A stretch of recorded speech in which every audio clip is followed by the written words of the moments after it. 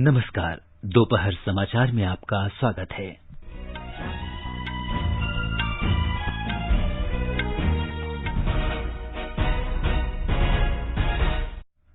प्रधानमंत्री नरेंद्र मोदी ने उच्च स्तरीय बैठक में कोविड की स्थिति और टीकाकरण कार्यक्रम की प्रगति की समीक्षा की। प्रधानमंत्री आज शाम महत्वपूर्ण बैठक में चक्रवाती तूफान तौकते से निपटने की तैयारियों की समीक्षा करेंगे। स्वास्थ्य मंत्री डॉक्टर हर्षवर्धन उत्तर प्रदेश, आंध्र प्रदेश, मध्य प्रदेश और गुजरात के स्वास्थ्य मंत्रियों के साथ वर्चुअल बैठक करेंगे।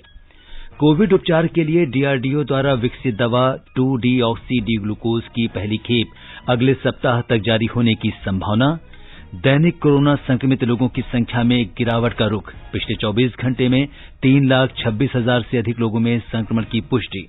कोविड मरीजों के स्वस्थ होने की दर बढ़कर 83.83% हुई। देश में अब तक 18 करोड़ 4 लाख से अधिक कोविड टीके लगाए गए।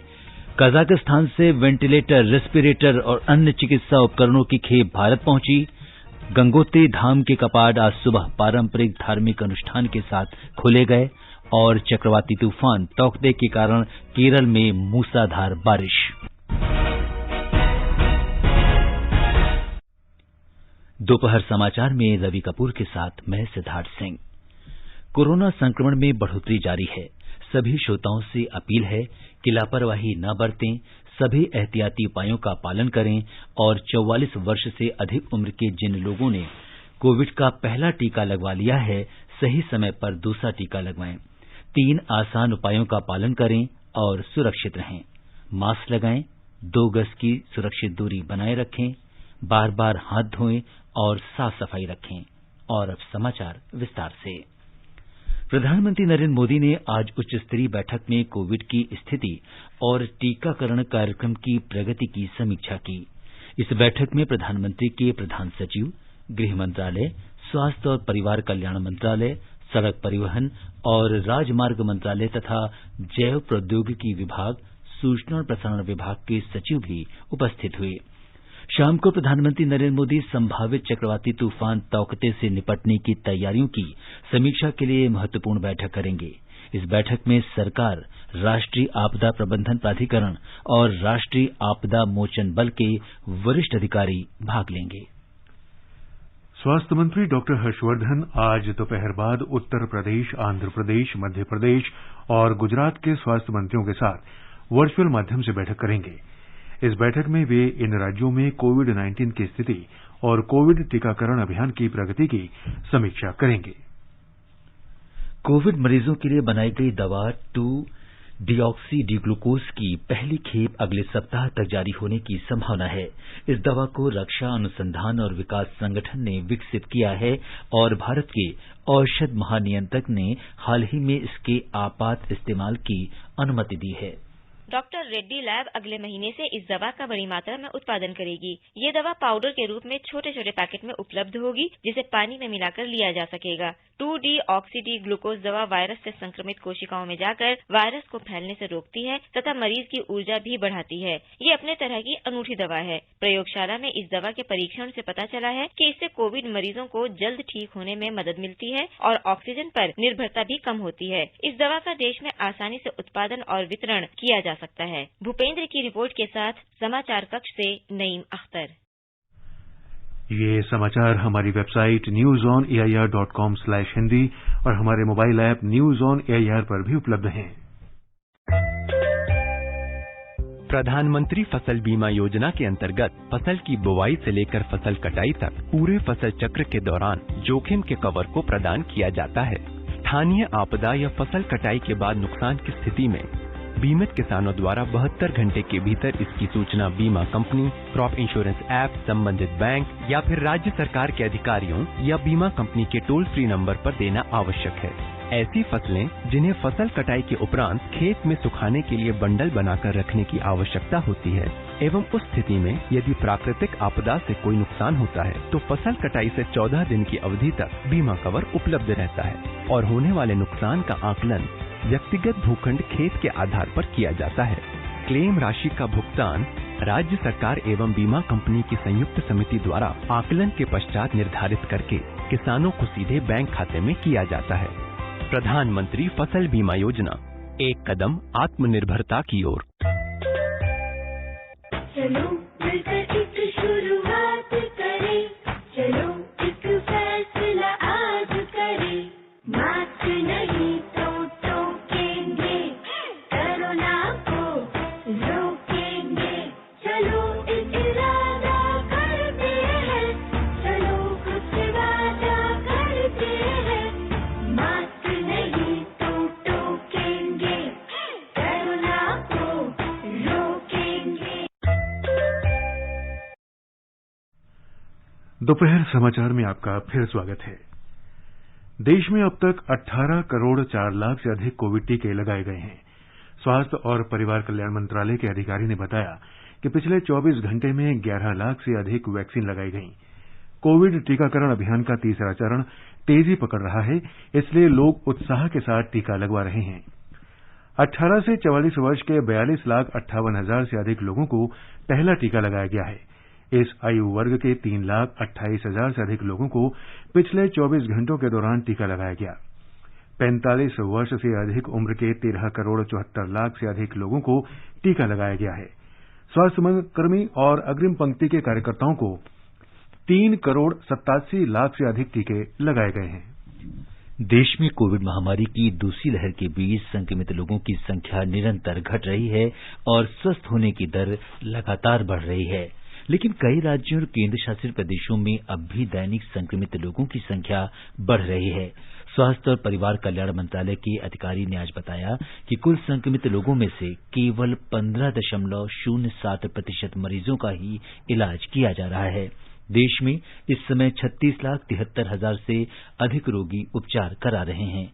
पिछले कई दिनों से रोजाना 3 लाख से अधिक मरीज स्वस्थ हो रहे हैं, इसलिए स्वस्थ होने की दर 83.83% तक पहुंच गई है।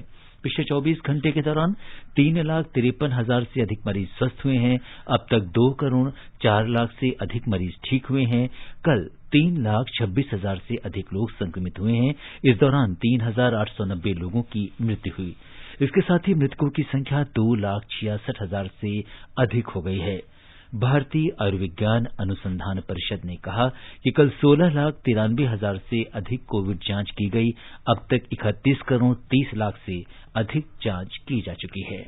कजाकिस्तान से आज सुबह 105 वेंटिलेटर, 7,50,000 मास्क और रेस्पिरेटर तथा अन्य चिकित्सा उपकरणों की खेप भारत पहुंची। भारत ने इस सहयोग के लिए कजाकिस्तान का आभार व्यक्त किया है। विदेश मंत्रालय ने आज सुबह मुंबई पहुंची रेमडेसिविर की 29,000 से अधिक शीशियों को उपहार में देने के लिए अमेरिकी बायोफार्मास्यूटिकल कंपनी गिलियड साइंसेज को भी धन्यवाद दिया है। बिहार को कोरोना से मुकाबला करने के लिए विदेशों से भी मदद मिल रही है। राज्य को अमेरिका से 184 ऑक्सीजन कंसंट्रेटर मिले हैं। स्वास्थ्य मंत्री मंगल पांडेय ने बताया कि इनमें से 92 कंसंट्रेटर राज्य के विभिन्न सदर और प्राथमिक स्वास्थ्य केंद्रों को भेजे जाएंगे। 23 कंसंट्रेटर पटना के एक निजी अस्पताल को और 69 मुजफ्फरपुर के एक निजी अस्पताल को दिए जाएंगे। राज्य को विभिन्न देशों से 265 ऑक्सीजन सिलेंडर भी मिले हैं। इस बीच बिहार में कोविड के मामलों में गिरावट आ रही है। ठीक होने की दर 85% से अधिक हो गई है। 5,49,000 से अधिक लोग अब तक संक्रमण से ठीक हो चुके हैं। राज्य में कल 7,000 से अधिक नए मामलों का पता चला। 89,000 से अधिक रोगियों का विभिन्न अस्पतालों में इलाज चल रहा है। राज्य में अब तक 88 लाख से अधिक लोगों को कोविड का टीका लगाया जा चुका है। मध्य प्रदेश में दैनिक कोरोना संक्रमण दर तेजी से घटकर 11.8% रह गई है। हमारी संवाददाता ने बताया है कि साप्ताहिक संक्रमण दर भी घटकर 14.8% रह गई है। प्रदेश में लगातार 5वें दिन 10,000 से कम मामले दर्ज किए गए हैं। राज्य में 8,087 नए मामले सामने आए हैं और 88 लोगों की मृत्यु हुई है, जबकि 11,671 मरीज संक्रमण से स्वस्थ हुए हैं। राज्य में सक्रिय मामलों की संख्या 1,04,444 है। प्रतिदिन 60,000 से अधिक परीक्षण किए जा रहे हैं। इस बीच राज्य सरकार ने कोविड की स्थिति को देखते हुए कक्षा 10वीं की बोर्ड परीक्षा रद्द करने की घोषणा करी है। मुख्यमंत्री ने कहा कि कक्षा 10वीं की बोर्ड परीक्षा नहीं होगी, मूल्यांकन के आधार पर मार्कशीट जारी की जाएगी। वहीं 12वीं कक्षा के छात्रों के लिए बोर्ड परीक्षा स्थगित कर दी गई है। स्थिति में सुधार होने पर परीक्षा कराई जाएगी। पूजा पी वर्धन, आकाशवाणी समाचार, भोपाल। राजस्थान में पिछले एक सप्ताह से संक्रमित लोगों की संख्या निरंतर कम हो रही है। राज्य में 8 मई को 18,231 लोग संक्रमित हुए थे, जबकि कल 14,289 लोगों में संक्रमण की पुष्टि हुई। हमारे संवाददाता ने बताया कि अलवर जिले को छोड़कर राज्य के सभी जिलों में संक्रमित लोगों की संख्या घट रही है। राज्य में नए मामलों की संख्या में कमी जरूर आई है, लेकिन अभी भी पॉजिटिविटी रेट 21% से ज्यादा बनी हुई है। राजधानी जयपुर में भी संक्रमितों की संख्या में गिरावट दर्ज की गई है, लेकिन यहाँ भी पॉजिटिविटी रेट 30% से ज्यादा है। मुख्यमंत्री अशोक गहलोत ने जयपुर में पॉजिटिविटी रेट में कमी लाने के लिए नई रणनीति पर काम करने के निर्देश दिए हैं। पुलिस और प्रशासन सभी जिलों में लॉकडाउन की सख्ती से पालना कराने में जुटा है, ताकि कोरोना की चेन को तोड़ा जा सके। गाइडलाइन का उल्लंघन कर विवाह में 11 से ज्यादा लोगों के एकत्र होने पर 1 लाख रुपए का जुर्माना वसूला जा रहा है। कई जिला मुख्यालयों पर पुलिस द्वारा ड्रोन से भी निगरानी की जा रही है। इस बीच गांव में कोविड रोगियों की बढ़ती संख्या स्वास्थ्य विभाग तथा प्रशासन के लिए चिंता का कारण बना हुआ है। जितेंद्र द्विवेदी, आकाशवाणी समाचार, जयपुर। केरल में राज्य सरकार ने कोविड के बढ़ते हुए मामलों को देखते हुए लॉकडाउन 23 मई तक बढ़ा दिया है। एक रिपोर्ट। मुख्यमंत्री पिनराई विजयन ने कहा है कि प्रतिबंधों को जारी रखना जरूरी हो गया है, क्योंकि जांच के बाद संक्रमित पाए गए लोगों की संख्या 26% से अधिक हो गए हैं। तिरुवनंतपुरम, एर्नाकुलम, त्रिशूर और मलप्पुरम जिलों में तिहरा लॉकडाउन की घोषणा है। मुख्यमंत्री ने कहा कि 8 मई से राज्य भर में लगाया गया लॉकडाउन का प्रभाव अगले कुछ सप्ताहों में दिखने लगेगा। मई के महीने को महामारी पर नियंत्रण पाने के लिए महत्वपूर्ण माना जा रहा है। उन्होंने कहा कि राज्य में फिलहाल ऑक्सीजन की कमी नहीं है और केंद्र सरकार द्वारा भेजी गई ऑक्सीजन एक्सप्रेस रेलगाड़ी शीघ्र ही केरल पहुंच जाएगी। राज्य में 18 से 44 वर्ष के आयु वर्ग के लोगों को टीका लगाने का काम सोमवार से शुरू हो जाएगा। राज्य सरकार ने कोविड से संबंधित आवश्यक उपकरणों के मूल्य फी घटाने का फैसला किया है। तिरुवनंतपुरम से आकाशवाणी समाचार के लिए मयूर शाह।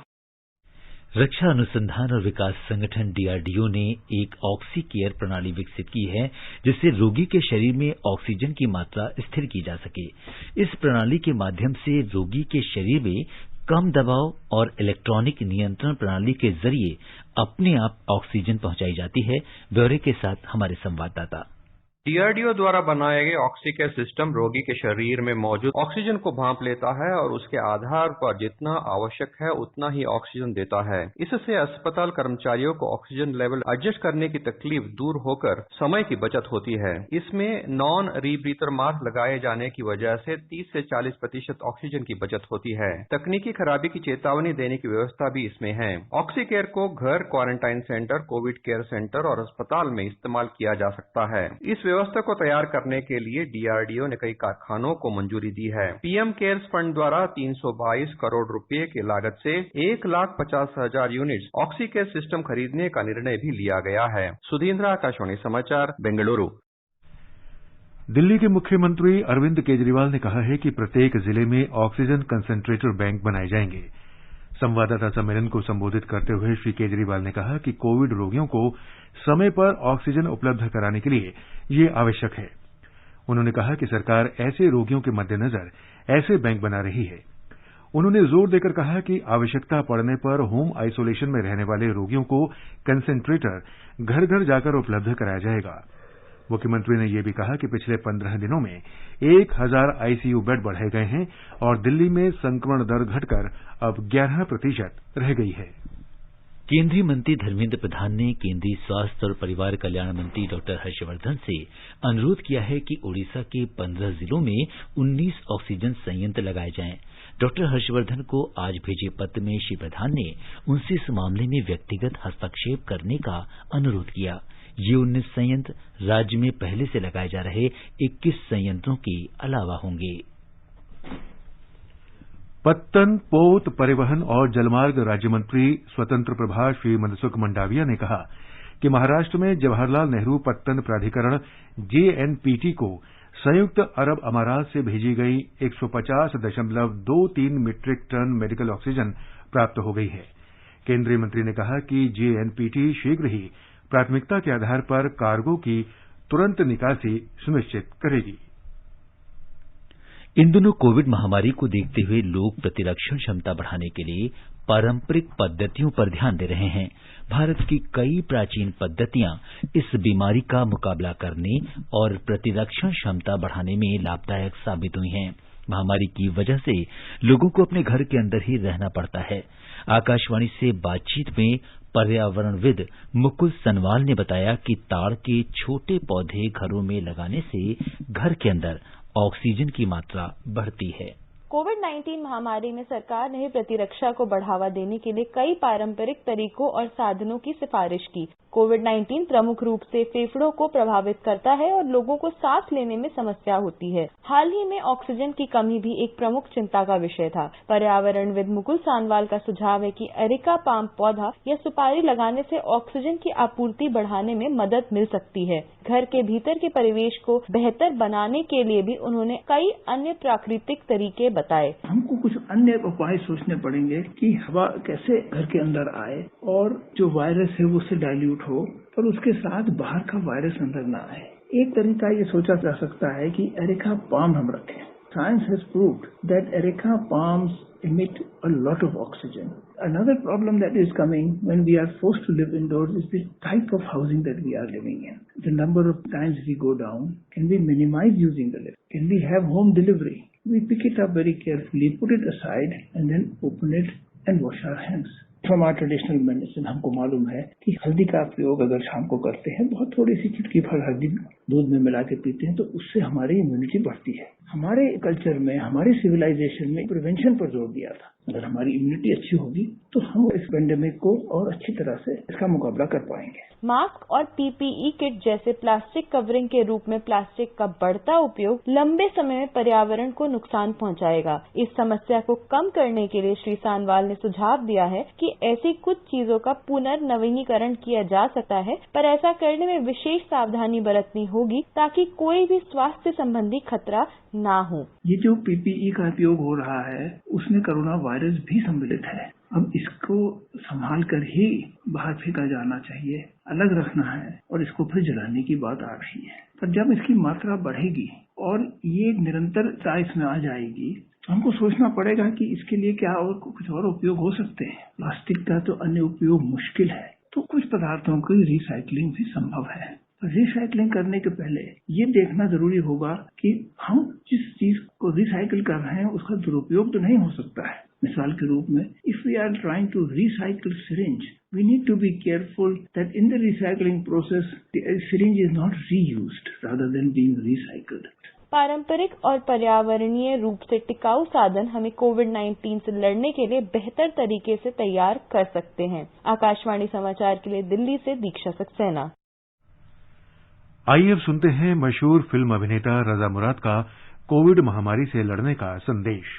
हम बड़ी कठिन परिस्थितियों से गुजर रहे हैं। ये वक्त जो है ये आजमाइश का है, लेकिन प्रकृति का जो कानून है कि कोई भी समय एक जैसा नहीं होता, हर काली रात के बाद एक उज्जवल सुबह का आना अनिवार्य है। इसी तरीके से ये जो कठिन समय है ये भी गुजर जाएगा, लेकिन इसके लिए आपको बहुत एहतियात रखनी है।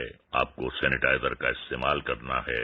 आप जरूरत पड़ने पर ही बाहर जाएं और मास्क लगाकर जाएं। सोशल डिस्टेंसिंग का पूरा ख्याल रखें। इससे आपकी भी सुरक्षा है और आपके परिवार की भी सुरक्षा है। तो मैं यही कहूंगा कि गम की अंधेरी रात में दिल को ना बेकरार कर, सुबह जरूर आएगी, सुबह का इंतजार कर। लेकिन इस सुबह के आने में आपकी कोऑपरेशन चाहिए, आपका सहयोग चाहिए। आपको कोरोना से बचना है, आपको अपने परिवार को बचाना है, आपको अपने मोहल्ले, अपने शहर, अपने प्रदेश, अपने देश को बचाना है। आखिर में यही कहूंगा कि हम होंगे कामयाब एक दिन, मन में है विश्वास, पूरा है विश्वास, हम होंगे कामयाब एक दिन। आगे बढ़ने से पहले मुख्य समाचारों पर एक नजर। प्रधानमंत्री नरेंद्र मोदी ने उच्च स्तरीय बैठक में कोविड की स्थिति और टीकाकरण कार्यक्रम की प्रगति की समीक्षा की। प्रधानमंत्री आज शाम महत्वपूर्ण बैठक में चक्रवाती तूफान तौकते से निपटने की तैयारियों की समीक्षा करेंगे। स्वास्थ्य मंत्री डॉक्टर हर्षवर्धन उत्तर प्रदेश, आंध्र प्रदेश, मध्य प्रदेश और गुजरात के स्वास्थ्य मंत्रियों के साथ वर्चुअल बैठक करेंगे। कोविड उपचार के लिए डीआरडीओ द्वारा विकसित दवा 2-डीऑक्सी-डी ग्लूकोज की पहली खेप अगले सप्ताह तक जारी होने की संभावना। दैनिक कोरोना संक्रमित लोगों की संख्या में गिरावट का रुख। पिछले 24 घंटे में 3,26,000 से अधिक लोगों में संक्रमण की पुष्टि। कोविड मरीजों के स्वस्थ होने की दर बढ़कर 83.83% हुई। देश में अब तक 18 करोड़ 4 लाख से अधिक कोविड टीके लगाए गए। कजाकिस्तान से वेंटिलेटर, रेस्पिरेटर और अन्य चिकित्सा उपकरणों की खेप भारत पहुंची। गंगोत्री धाम के कपाट आज सुबह पारंपरिक धार्मिक अनुष्ठान के साथ खोले गए और चक्रवाती तूफान तौकते के कारण केरल में मूसलाधार बारिश। प्रधानमंत्री नरेंद्र मोदी ने कल देश भर के 9 करोड़ 50 लाख से ज्यादा किसानों के लिए प्रधानमंत्री किसान सम्मान निधि की 8वीं किस्त जारी की। इसके अंतर्गत 20,000 करोड़ से अधिक की धनराशि किसानों के खातों में जारी की गई है।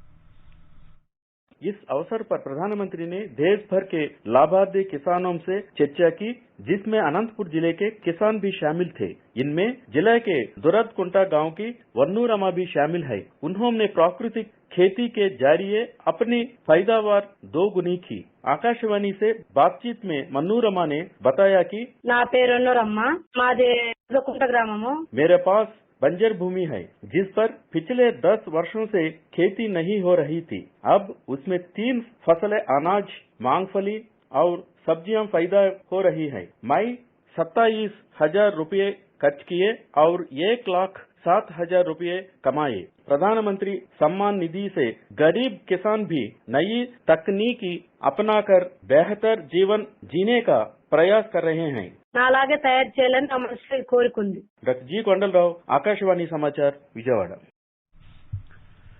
गंगोत्री मंदिर के कपाट आज सुबह पारंपरिक धार्मिक अनुष्ठान के साथ खोल दिए गए। यमुनोत्री मंदिर के कपाट कल खोले गए थे। हमारे संवाददाता ने खबर दी है कि कोविड महामारी को देखते हुए श्रद्धालुओं को पूजा अर्चना की अनुमति नहीं दी गई। पुजारियों को भी सीमित संख्या में पारंपरिक अनुष्ठान करने की अनुमति दी गई। उत्तराखंड सरकार ने कोविड को देखते हुए पहले ही इस साल 4 धाम यात्रा स्थगित कर दी है। ये समाचार आकाशवाणी से प्रसारित किए जा रहे हैं। ताजा समाचार जानने के लिए आप हमारे Twitter handle @AIR News Hindi को फॉलो कर सकते हैं। प्रधानमंत्री फसल बीमा योजना के अंतर्गत फसल की बुवाई से लेकर फसल कटाई तक पूरे फसल चक्र के दौरान जोखिम के कवर को प्रदान किया जाता है। स्थानीय आपदा या फसल कटाई के बाद नुकसान की स्थिति में बीमित किसानों द्वारा 72 घंटे के भीतर इसकी सूचना बीमा कंपनी, क्रॉप इंश्योरेंस ऐप, संबंधित बैंक या फिर राज्य सरकार के अधिकारियों या बीमा कंपनी के टोल फ्री नंबर पर देना आवश्यक है। ऐसी फसलें जिन्हें फसल कटाई के उपरांत खेत में सुखाने के लिए बंडल बनाकर रखने की आवश्यकता होती है एवं उस स्थिति में यदि प्राकृतिक आपदा से कोई नुकसान होता है तो फसल कटाई से 14 दिन की अवधि तक बीमा कवर उपलब्ध रहता है और होने वाले नुकसान का आकलन व्यक्तिगत भूखंड खेत के आधार पर किया जाता है। क्लेम राशि का भुगतान राज्य सरकार एवं बीमा कंपनी की संयुक्त समिति द्वारा आकलन के पश्चात निर्धारित करके किसानों को सीधे बैंक खाते में किया जाता है। प्रधानमंत्री फसल बीमा योजना, एक कदम आत्मनिर्भरता की ओर। ये आकाशवाणी है। केरल में तौकते चक्रवात के तेज होने के साथ ही मूसलाधार बारिश हो रही है। हमारे संवाददाता ने बताया कि राज्य के तटीय इलाकों में कटाव हो रहा है और लक्षद्वीप तक की समुद्री यात्रा रोक दी गई है। हजारों लोगों को राहत शिविरों में पहुंचाया जा रहा है। राज्य के 5 उत्तरी जिलों में रेड अलर्ट जारी किया गया है और नियंत्रण कक्ष बनाए गए हैं। राष्ट्रीय और राज्य आपदा मोचन बल, नौसेना और तटरक्षक बल बेहतर समन्वय कर रहे हैं। भारतीय तटरक्षक बल के जहाज विक्रम ने कल केरल में कन्नूर के पास समुद्र से 3 मछुआरों को बचा लिया। मछली पकड़ने वाली नौका बधरिया पर सवार इन मछुआरों को सुरक्षित कोच्चि ले जाया गया। राष्ट्रीय आपदा मोचन बल एनडीआरएफ के कमांडेंट अनुपम श्रीवास्तव ने कहा कि वर्तमान में चक्रवात तौकते महाराष्ट्र के पश्चिमी तट से लगभग 250 से 300 किलोमीटर दूर है और इसके आज या कल किसी भी समय महाराष्ट्र में पहुंचने की उम्मीद है। कमांडेंट श्रीवास्तव आज मुंबई में संवाददाताओं को जानकारी दे रहे थे। अनुपम श्रीवास्तव ने बताया कि एनडीआरएफ की टीमें किसी भी स्थिति से निपटने के लिए तैयार हैं।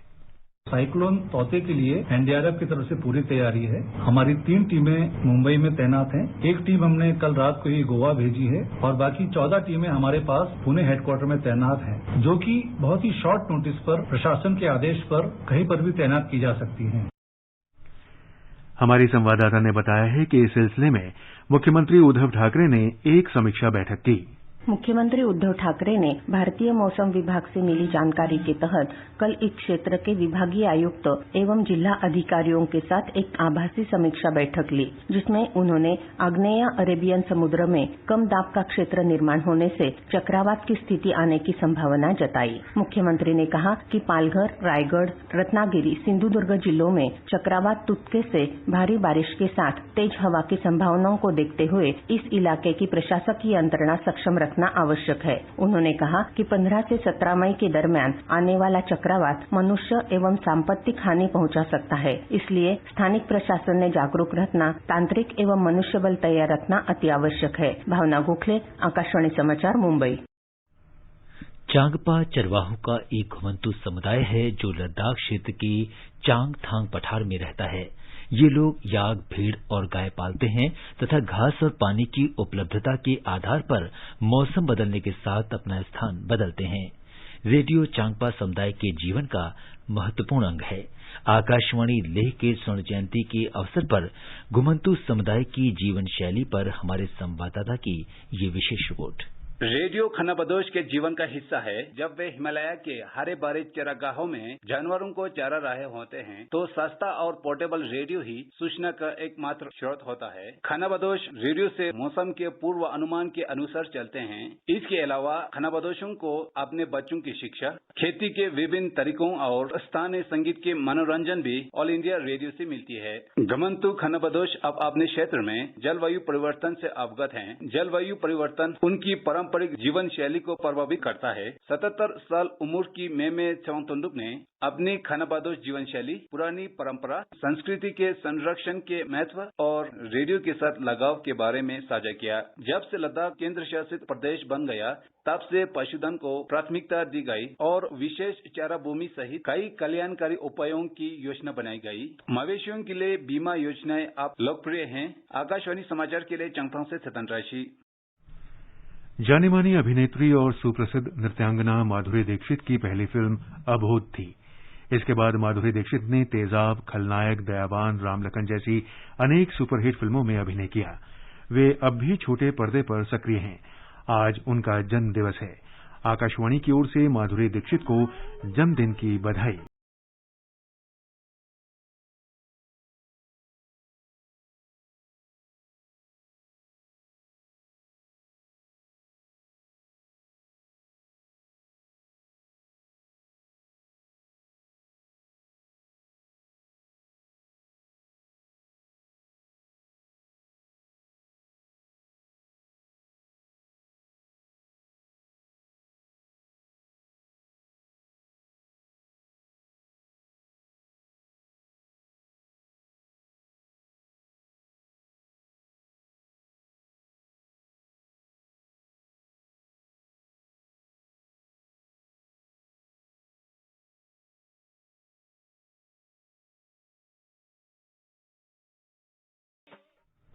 अंत में मुख्य समाचार एक बार फिर। प्रधानमंत्री नरेंद्र मोदी ने उच्च स्तरीय बैठक में कोविड की स्थिति और टीकाकरण कार्यक्रम की प्रगति की समीक्षा की। प्रधानमंत्री आज शाम महत्वपूर्ण बैठक में चक्रवाती तूफान तौकते से निपटने की तैयारियों की समीक्षा करेंगे। स्वास्थ्य मंत्री डॉक्टर हर्षवर्धन उत्तर प्रदेश, आंध्र प्रदेश, मध्य प्रदेश और गुजरात के स्वास्थ्य मंत्रियों के साथ वर्चुअल बैठक करेंगे। कोविड उपचार के लिए डीआरडीओ द्वारा विकसित दवा 2-डीऑक्सी-डी ग्लूकोज की पहली खेप अगले सप्ताह तक जारी होने की संभावना। दैनिक कोरोना संक्रमित लोगों की संख्या में गिरावट का रुख। पिछले 24 घंटे में 3,26,000 से अधिक लोगों में संक्रमण की पुष्टि। कोविड मरीजों के स्वस्थ होने की दर बढ़कर 83.83% हुई। देश में अब तक 18 करोड़ 4 लाख से अधिक कोविड टीके लगाए गए। कजाकिस्तान से वेंटिलेटर, रेस्पिरेटर और अन्य चिकित्सा उपकरणों की खेप भारत पहुंची। गंगोत्री धाम के कपाट आज सुबह पारंपरिक धार्मिक अनुष्ठान के साथ खोले गए और चक्रवाती तूफान तौकते के कारण केरल में मूसलाधार बारिश। इसके साथ ही दोपहर समाचार का ये अंक समाप्त हुआ। नमस्कार।